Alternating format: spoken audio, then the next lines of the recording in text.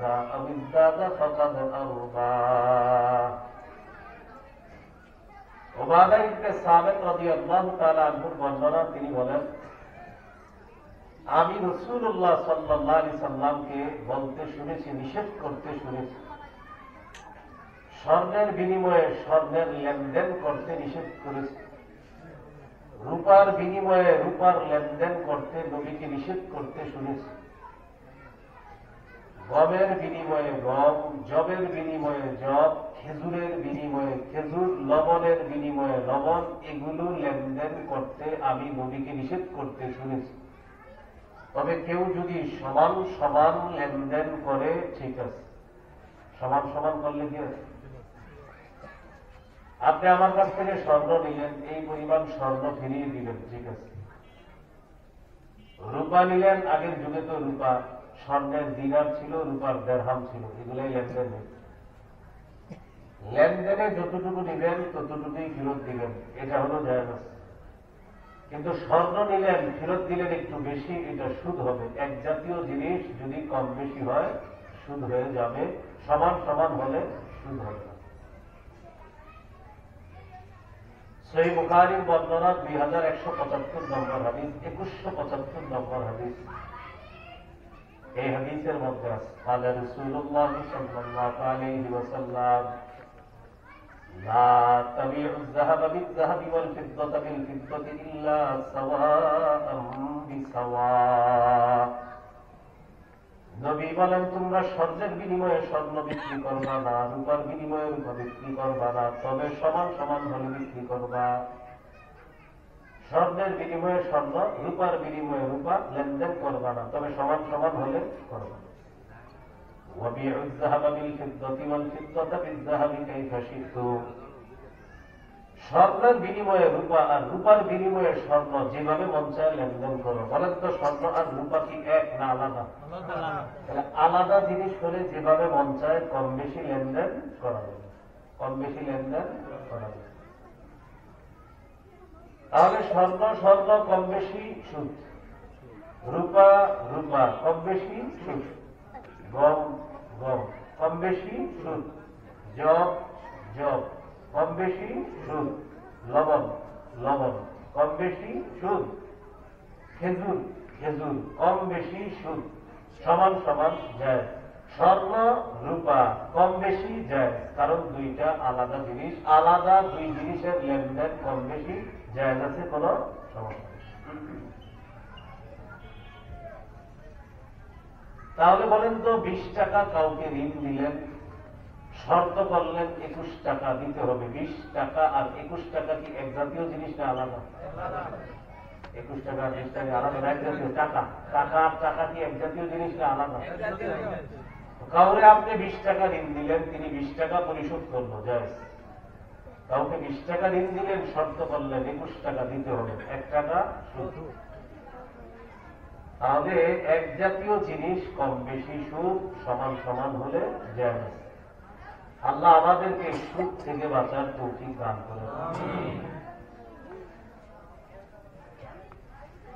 এখন যদি কেউ বুদ্ধি করেন, আপনাদের কাউকে আমি 20 টাকা ঋণ দিলাম, বিনিময়ে আপনি আমাকে 4টা 5 টাকার কয়েন দিলেন আর একটা 1 টাকার কয়েন দিলেন। বুদ্ধি করে যে হুজুরের কাছ থেকে নিচ্ছি টাকা, ফেরত দিলাম কয়েন।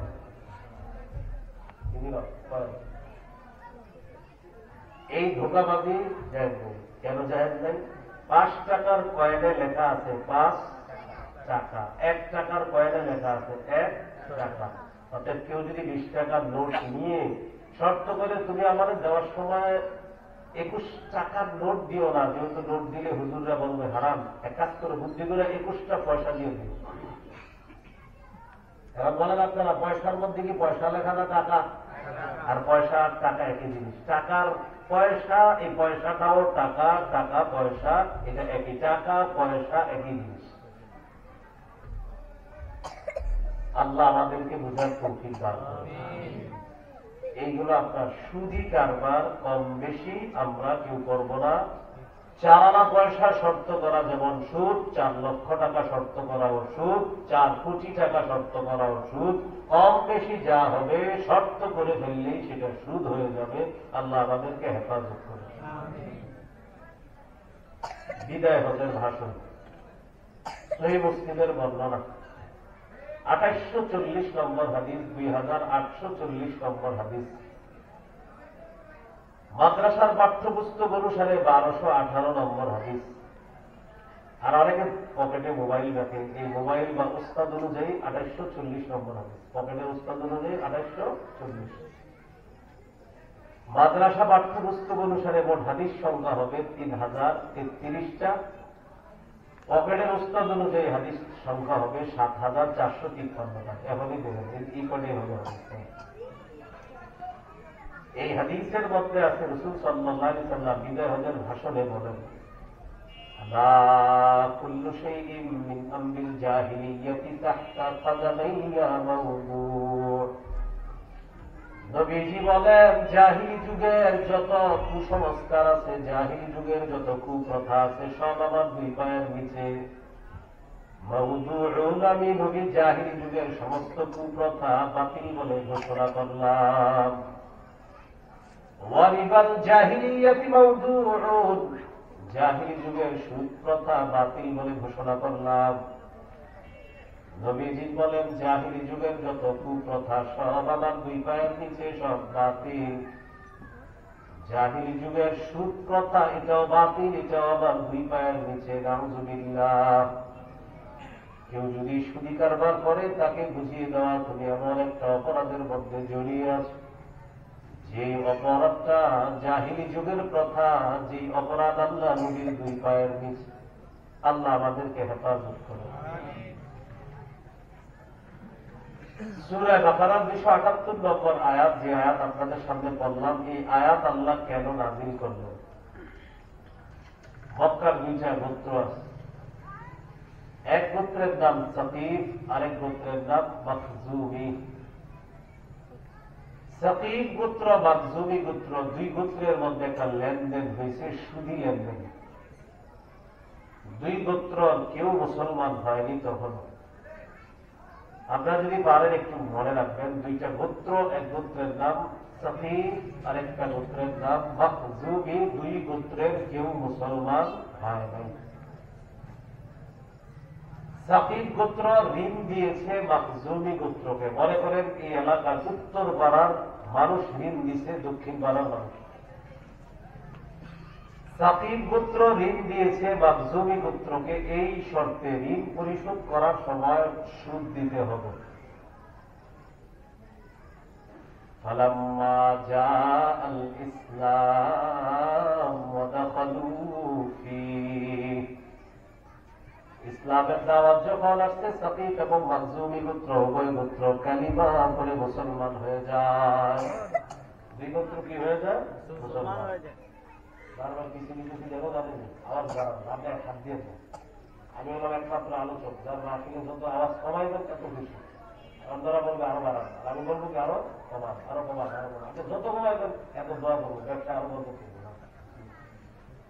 আমার আলোচনায় মাইক যত কম রাখবেন এলাকাবাসীর উপরে খুশি, সাউন্ড যত কম হবে খুশি। একদম আল্লাহর কসম, যত বাড়াবেন এত আমার কষ্ট হবে। মাইক হবে কম, আওয়াজ হবে কম। এই আলোচনা শ্রোতারা 1 বছর মনে রাখবে, দেখে রাখবে। মাইক বেশি হইলে পরের দিন বলে, হুজুর ফাটাইছে গতকাল, কি ফাটাইছে জিজ্ঞেস করবেন, একজনও বলতে পারে না, খালি জানে ফাটাইছে। ফাটাইছে এটা কিনা বলেন না, ফাটাইছে একটু দিন। আওয়াজ বেশিতে ফাটে, আওয়াজ কমে বুঝে, এটা মনে রাখবে কথা। এই কথাটা লিখে রাখবে, কম আওয়াজ বুঝবে, মনে রাখবে। বেশি আওয়াজ ফাটবে, ফাটলে তো ভেঙেই গেল, আর কি মনে রাখবে। কিছু ফাটলে, ডিম ফাটলে কি ভিতরে জিনিসটা থাকে না, ফেলে যায়? তো ওই ফাটলে তো শেষই,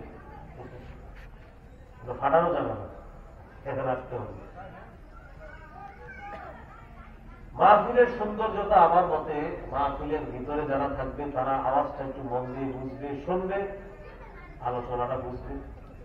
আশেপাশে যদি মা বোনদের প্যান্ডেল করা হয়, ছোট্ট একটা মাইক তাদের প্যান্ডেলে দিয়ে দেওয়া, বাস তারা বুঝতে হবে। বলতে পারে হুজুর এলাকাবাসী ওই ঘরের বৈশা আপনার কতটা বোঝা জরুরি না। ঘরে বসে তারা বুঝবে, ওরা ভুল বুঝবে কিছু, কারণ রান্না করতে করতে শুনবে, হঠাৎ পরের দিন বলবে হুজুর এই কথাটা বলছে, মানে আগা মাথা না শুনে পরে বলবে ভুল বলছে না। এজন্য আওয়াজ মাহফিলের মধ্যে যত নিয়ন্ত্রণে রাখবেন, দেখবেন শ্রোতারা পুরা বয়ানটা মুখস্থ রাখবে, মনে রাখবে। বিশেষ করে আমাকে যারা জবাব দিবেন, মাইক বেশি লাগাইল, আমি যখন বয়ানে বসবো আপনারা মাইকটা কমায় দিবেন, খাতা কলম নিয়ে বসবেন, পুরো একটা ক্লাস করে আমি চলে যাবো ইনশাল্লাহ। আপনারা দেখবেন এটা আসলে কার্যকরী কিনা।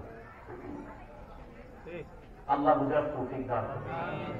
এই যে সামান্য সময় আলোচনা করলাম, এই সামান্য সময়ের মধ্যে 7-8টা হাদিস বলা হয়ে গেছে। ইনশাল্লাহ আরো বলা হবে, অনেকগুলো বলা হবে। বুঝাইতে চাইলাম ওয়াজটা শ্রোতারা বোঝা দরকার বেশি। ভিতরে যারা এই মানুষগুলা 1 নম্বর শ্রোতা, মাহফিলের প্যান্ডেলে যারা থাকবে ওরা হলো আসল। তো সাকিব গোত্র ঋণ দিছে মাকজুমি গোত্রকে। ঋণ দেওয়ার পর শর্ত করছে যখন পরিশোধ করবা সুদ সহ দিতে হবে। فلما جاء الإسلام ودخلوا في